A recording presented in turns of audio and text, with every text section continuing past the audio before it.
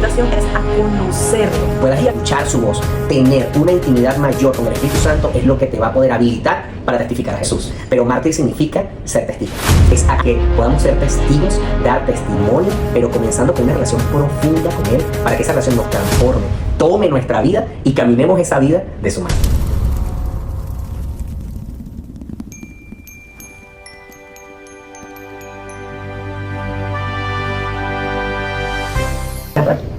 Hola, ¿cómo están? Sean bienvenidos nuevamente al Hilo Rojo. Hoy tenemos un tema que nos encanta y vamos a hablar acerca de uno de los propósitos que a lo mejor Dios ha puesto en nuestro corazón, que es algo que define o nos guía como hombres y mujeres de Dios, y es el hecho de ser testigos. Es así. Y ser testigos no necesariamente es saber información acerca de algo o de alguien y compartirla, sino que para poder dar testimonio tenemos que haber estado presentes y ver con nuestros propios ojos un hecho. Pero ¿cómo en este tiempo, si Jesús ya murió y resucitó y está sentado a la diestra del Padre, cómo en este tiempo entonces podemos ser testigos de algo que difícilmente vamos a ver con nuestros ojos? Pero es impresionante porque el apóstol Pablo, aunque él no conoció físicamente a Jesús, él nos describe, no sé si tienes ahí la cita bíblica, él nos describe que debemos nacer de nuevo. Él lo que está diciendo es, si tú lo conociste de carne, tienes que olvidarte de eso y ahora conocerlo a través del Espíritu, porque el Espíritu Santo es el que verdaderamente nos va a revelar a Jesús para que podamos dar testimonio de Él. Entonces, si nos fijamos, realmente lo que nos están invitando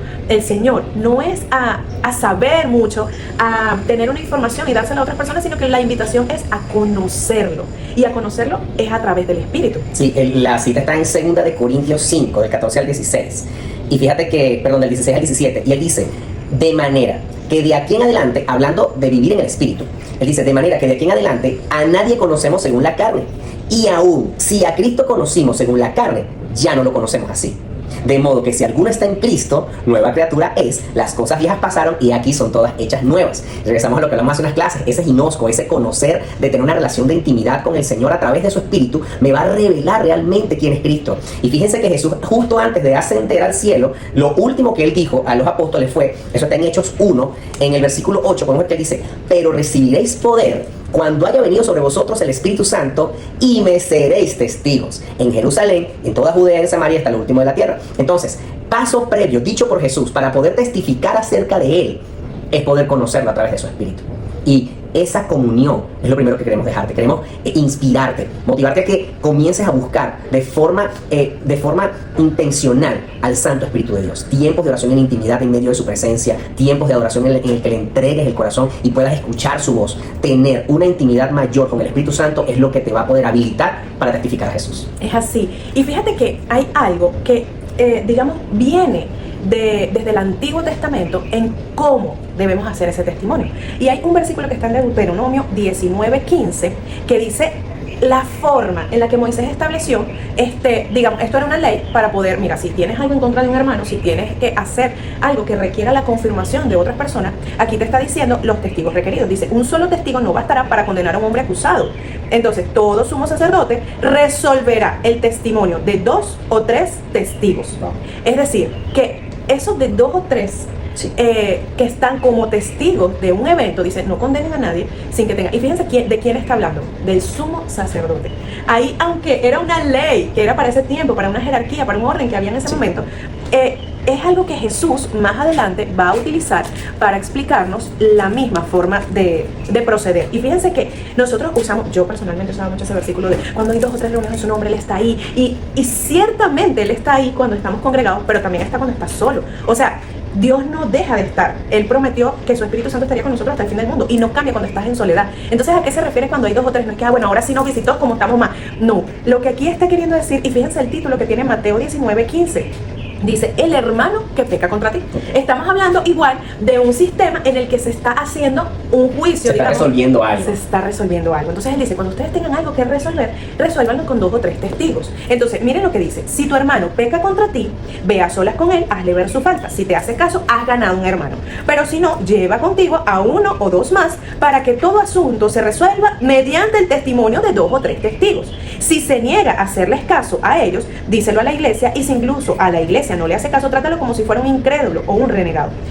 Viene el 18, les aseguro que todo lo que ustedes aten en la tierra quedará atado en el cielo, y todo lo que desaten en la tierra quedará desatado en el cielo. Además, les digo añadiendo a la misma idea de lo que estamos hablando, que si 2 o 3 de ustedes se ponen de acuerdo sobre cualquier cosa que pidan, les será concedida por mi Padre que está en el cielo. Porque donde 2 o 3 se reúnen en mi nombre, allí yo estoy en medio de ellos. Entonces, qué bonito es mirar las escrituras y leerlas completas en el contexto real en el que se está hablando. Él está citando Deuteronomio. Si alguien está pecando, pónganse de acuerdo, llama a 2 o 3 testigos. Pero qué hermoso, porque esto que él añade, además, si ustedes 2 o 3 están reunidos y piden algo y se ponen de acuerdo en algo, entonces, fíjate que dice, les será concedido, les será concedido. Y a veces yo lo veía de esta forma, porque a veces pedimos en soledad, y hay un versículo que dice, sí, cerrada la puerta detrás de ti y el Señor te oirá. Pero la acción, y Él te concederá lo que pidas, esta es en el acuerdo. Porque fíjate que lo que Él está pidiendo es que hayan testigos para que la gloria sea de Dios y no de los hombres. Porque si, por ejemplo, yo en secreto estoy pidiendo, Señor, yo quiero un carro, quiero esto, lo que sea que esté en tu corazón, y Dios lo concede, ¿cómo sabe la gente que eso me lo dio Dios? En cambio, si en acuerdo nos ponemos y conforme a la voluntad del Padre pedimos algo en acuerdo, yo tengo 2 o 3 testigos que podrán dar testimonio de la relación, de la veracidad, de la existencia, porque como no lo podemos conocer, digamos, físicamente, el Espíritu es el que lo revela. ¿Qué necesitamos? Testigos. Y ya, si el Señor concede mi petición, hay 2 o 3 testigos que dicen, claro que sí, nosotros pedimos por esto, para ella era imposible, y podemos salir a dar testimonio de que hemos conocido cara a cara a un Padre que provee, a un Padre que sana, en cualquier área de nuestra vida. Porque entonces allí en ese punto estamos siendo testigos de Dios.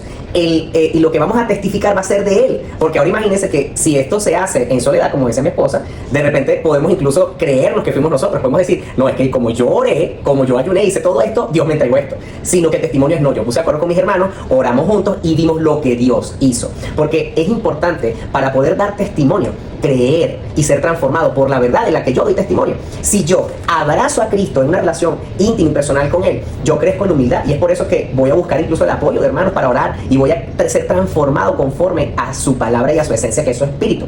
Porque algo importante también de ser testigos y de testificar es lo que dice, me encanta esto que dice Juan 8 del 31 al 32, dice, dijo entonces Jesús a los judíos que habían creído en Él, si vosotros permanecéis en mi palabra, seréis verdaderamente mis discípulos, y conocerás la verdad, y la verdad los va a libertar. Yo conozco al Señor porque permanezco en Él, permanezco viéndolo, permanezco observándolo. Hay un hombre que decía que la gran batalla es por lo que consideramos hermoso. Lo que yo considero hermoso, lo que me atrapa, lo que tiene mi atención, es lo que termina dándome forma. Y fíjense que dice 2 de Timoteo 1:2, te encarnezco delante de Dios y del Señor Jesucristo, que juzgará a vivos y muertos en su manifestación y en su reino, que prediques la palabra, que instes a tiempo y fuera de tiempo. Redarguye, reprende, exhorta con toda paciencia y doctrina. Y esto me encanta porque muchas veces nosotros pensamos que predicar fuera de tiempo es hablarle a todo el mundo, hablar fuera del tiempo en el que a lo mejor tengamos un espacio como este, o estemos liderando, o en nuestras iglesias si eres pastor predicando.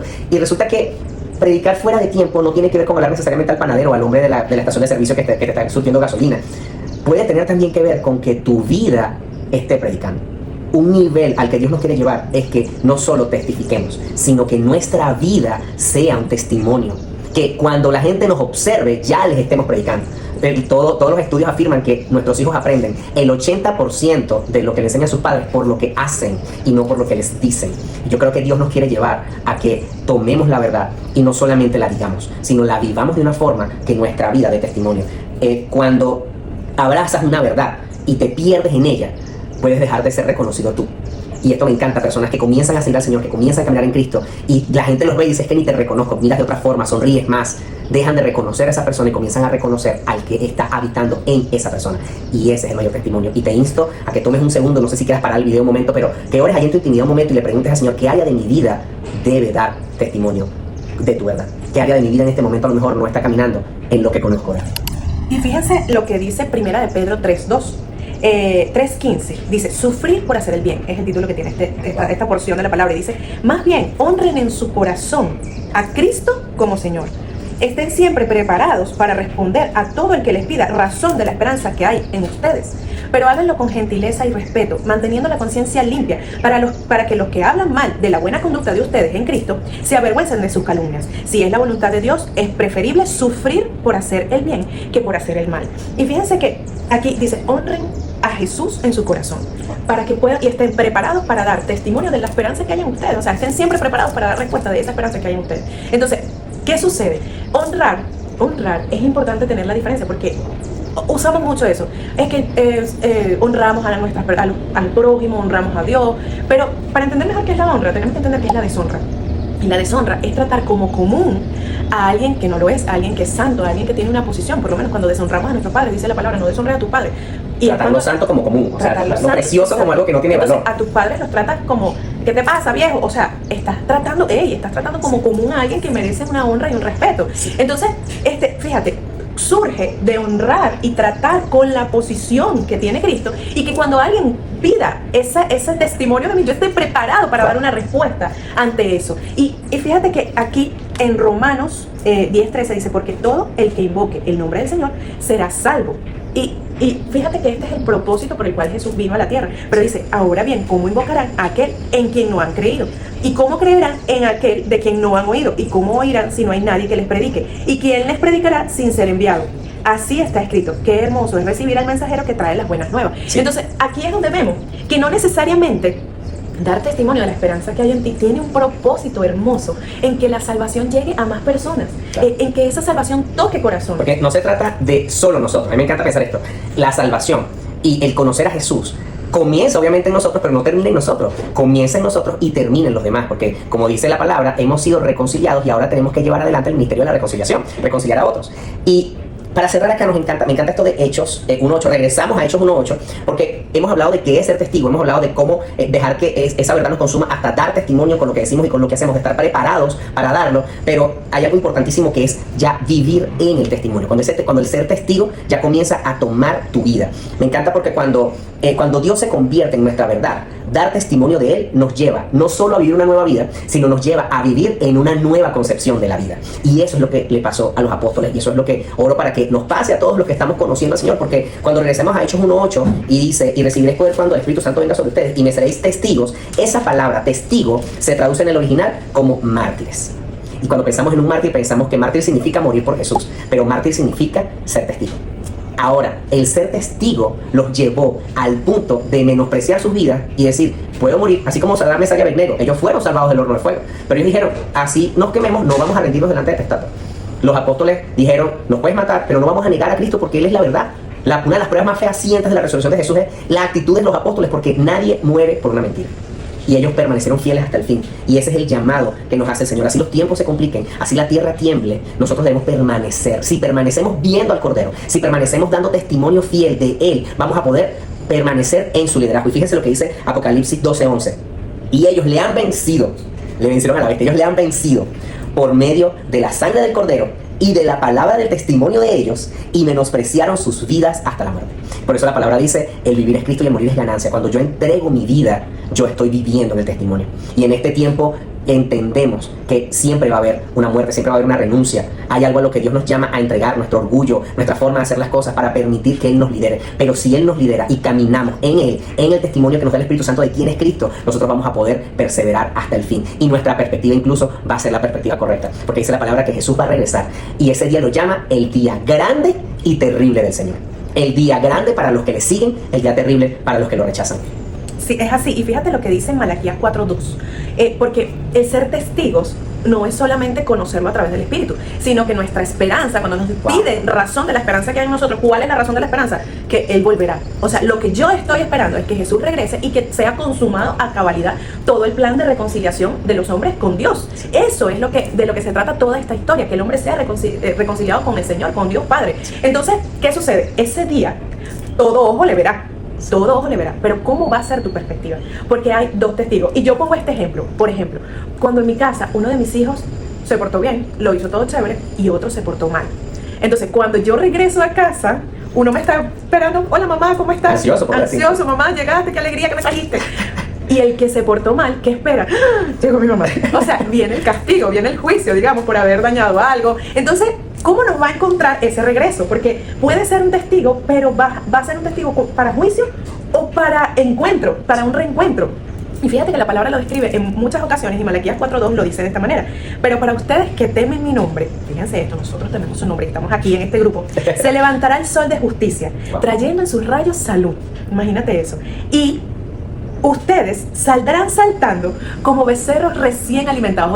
Otras versiones lo describen como becerros bien alimentados. Y yo buscaba esa imagen y de verdad yo digo, el Señor es hermoso porque Él también es visual y nos pone unos ejemplos tan bellos. Y yo veía esos becerritos gorditos y yo decía, Señor, yo quiero salir saltando de alegría como un becerro bien alimentado. Pero fíjense que dice, pero el día que yo actúe, ustedes pisotearán a los malvados bajo sus pies quedarán hechos polvos. Hay otra versión que dice que Reina Valera lo describe como, y ellos serán como un arbusto que será consumido por el fuego y no quedará ni su rama ni su raíz. O sea, ellos serán arrancados por completo. Y la palabra lo describe de muchas formas, porque hay una parte que dice, para ustedes los que se salvan será como un perfume grato, pero para los que se pierden será como olor a muerte y pestilencia. O sea, imagínate tú, el olor que el Señor va a desprender será como un perfume grato para los que y es el mismo evento, o sea, lo importante es que es el evento. El grande y terrible, grande y terrible. Y el otro evento que lo describe es un momento en el que el Señor dice, y vendrá ese día como ladrón en la noche. Como ladrón claro, en la noche. Y es esa perspectiva que dice, o sea, porque cuando leemos las escrituras, y por eso los invitamos a leer el Evangelio completo, de Génesis a Apocalipsis, porque hay un hilo rojo que lo conecta todo. Cuando se habla de la venida del Señor, el Señor nos habla como la boda del Cordero. Y el tú estar, el nosotros ser esas doncellas que esperaban al novio con sus lámparas encendidas y que él las va a recibir. Fíjate que vamos a recibir al novio. Entonces, para los que se pierden, él va a venir como ladrón en la noche. Para los que a lo mejor no lo esperaron, para los que tenían la lámpara apagada, pero para los que permanezcamos, dando testimonio, siendo testigos, buscando estar ahí, siendo amigos del novio, vamos a recibirlo. No solamente nos va a encontrar, lo vamos a salir al encuentro y vamos a andar con él en su procesión y vamos luego a reinar conjuntamente con él. Entonces, la invitación es a que podamos ser testigos, dar testimonio, pero comenzando con una relación profunda con él, para que esa relación nos transforme, tome nuestra vida y caminemos esa vida de su mano. Es así. Y yo personalmente quiero ser de esas que estén preparadas, como esas 10 vírgenes que estaban esperando con sus lámparas. No basta, y ojo, todas las 10 estaban con lámparas llenas encendidas. No se trata de que tú estés esperando, ya lo estamos esperando y ya tenemos nuestras lámparas encendidas y sí estamos buscando al Señor, pero no es suficiente, porque las prudentes buscaron más y guardaron más, y parece exagerado, y parece demasiado, y parece que fanática, que fanático, mira que cómo están ahí, y por qué lees tanto la Biblia, y por qué estás ahí, porque hay que tener más. No es suficiente con la lámpara que ya tienes, porque no saben a qué hora vendrá el amado, y yo quiero estar lista. Yo quiero que para mí no me encuentre como ladrón en la noche, sino que sea por fin se acabó la espera, por fin llegó mi amado, y será un día glorioso. Yo sé que será un día glorioso. Esperamos que este tema sea de bendición para ustedes. Cambiamos el día de publicación de este podcast para los días miércoles, para dar un chance de que todos, pues, la palabra que reciben en sus casas puedan digerirla, meditarla, y tengamos este tiempo a mitad de semana para profundizar un poco más y llenar esas lámparas y estar preparados. Que Dios les bendiga mucho. Pues nos excedimos un poquito con el tiempo, pero nos encantó este tema, está genial, y bueno, que sea bendición en sus vidas. Les amamos mucho. Dios les bendiga.